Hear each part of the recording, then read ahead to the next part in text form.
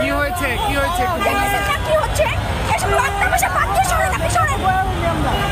একটু বলবেন আপু কি হয়েছে একটু বলেন কি হচ্ছে বন্ধুরা কি করতেছে এইটার জন্য তো আমাদের ভোগান্তি 1 ঘন্টা ধরে এখানে বসে আছি এখন আবার রাস্তা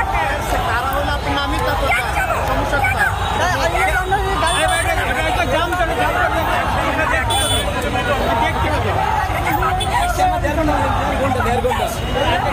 দেড় ঘন্টা বয়ে রেখে আমার যাইতেই আছে